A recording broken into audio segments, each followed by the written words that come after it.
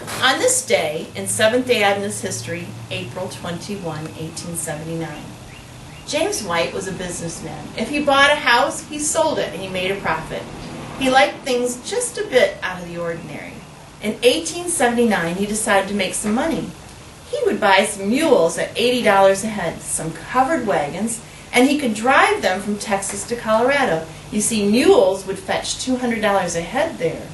Because of their adverse experiences in Texas, the McDearman family, along with two other former Michigan families, decided to make the trip to Colorado also. The group would include 31 individuals. There would be 8 covered wagons and the Whites' 2-seated Surrey for the 4-state trip. When the wagon train started out from Denison, Texas, things started going badly from the start. One of the participants became ill, and also they had to search for a ferry to take them across the Red River, which was swollen because of the spring rains. They traveled northward through quicksand, through dense forests, across the prairie with large, hairy tarantulas.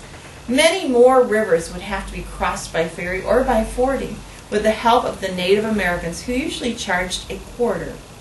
James had an abundant supply of jerky and crackers, but Ellen, Marion Davis, and a couple of young girls foraged for wild berries and edible greens to eat.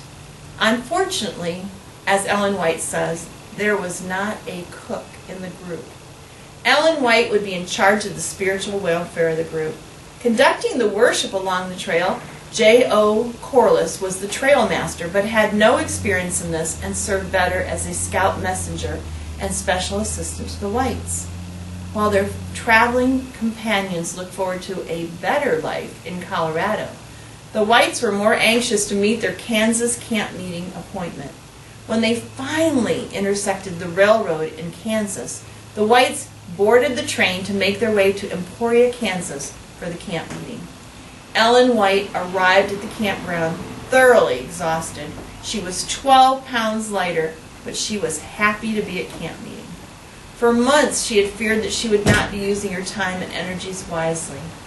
The rest of the wagon train arrived at the campground several days later.